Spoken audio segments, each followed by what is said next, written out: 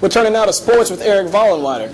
Now, Erik, once again, the Tiger offense left us with more questions than answers, but the defense sure came to play, didn't it? Defense played well, only gave up 13 points, the second lowest point output for an Urban Meyer team while he's been at Florida. Oscar winner Cuba Gooding Jr., former LSU greats Matt Flynn, Craig Stelz, Demetrius Byrd, and the largest crowd in Tiger Stadium history were all on hand to watch LSU try to take down defending national champion Florida. But the LSU offense, well, they didn't show up. And the Gator defense was what we thought they were, simply dominant. Let's take it to the highlights. Tim Tebow in the lineup for the Gators was expected not to play with a concussion, but he is Superman, so he was out there playing. Tigers already down 3-0, trying to put a drive together.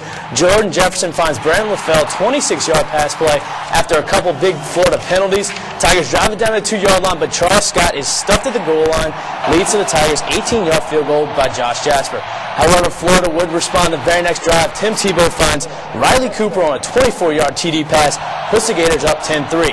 Gators once again threaten in the end zone, but the ball would be dropped and it would set up a 32-yard field goal by Caleb Sturgis, put the Gators up ahead 13-3. However, the Tigers, only down by 10, could not do anything on offense. Jordan Jefferson sacked 5 times in the second half. Tigers finished with only 162 yards of total offense.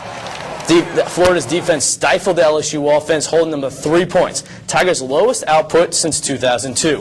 Jordan Jefferson struggled all night. Sophomore only completed 11 of 17 passes for 96 yards. As expected, players and coaches disappointed with the loss. Just lost the game, and we got to be better. Football team just lost. And I'll take the discredit there. That's my fault. I'll get us better.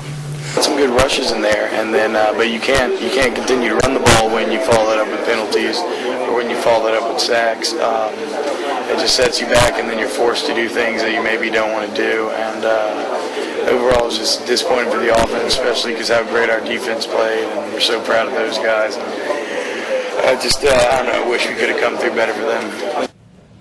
The last time the LSU volleyball team defeated the Florida Gators, the Soviet Union was still in existence, and most of the current players, well, they were still in diapers.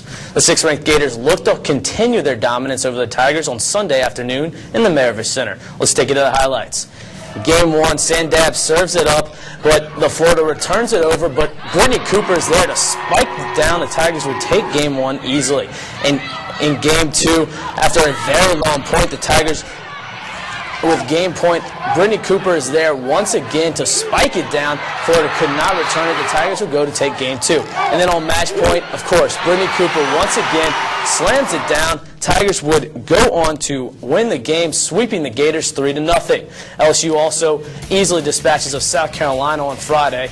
After a stellar performance over the weekend, setter Sam Dabbs named SEC Offensive Player of the Week. Tigers will stay home this weekend when they take on Arkansas Razorbacks at 7 p.m. on Friday. And they will be wearing all pink uniforms as part of their Dig Pink campaign.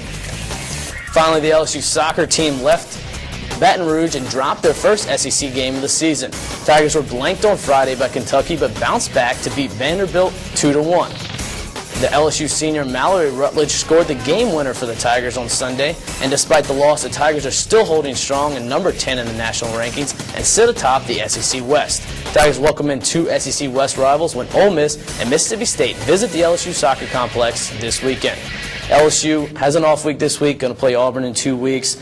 But see fans get out there, LSU soccer team, LSU volleyball team playing very well. Hopefully they get some support this weekend. Thank goodness. I thought for a second there I wasn't going to be able to do anything this weekend with no LSU football on. Got some very good teams out there, very good athletes working hard, and they should be very exciting games. Absolutely. Thanks, Erik.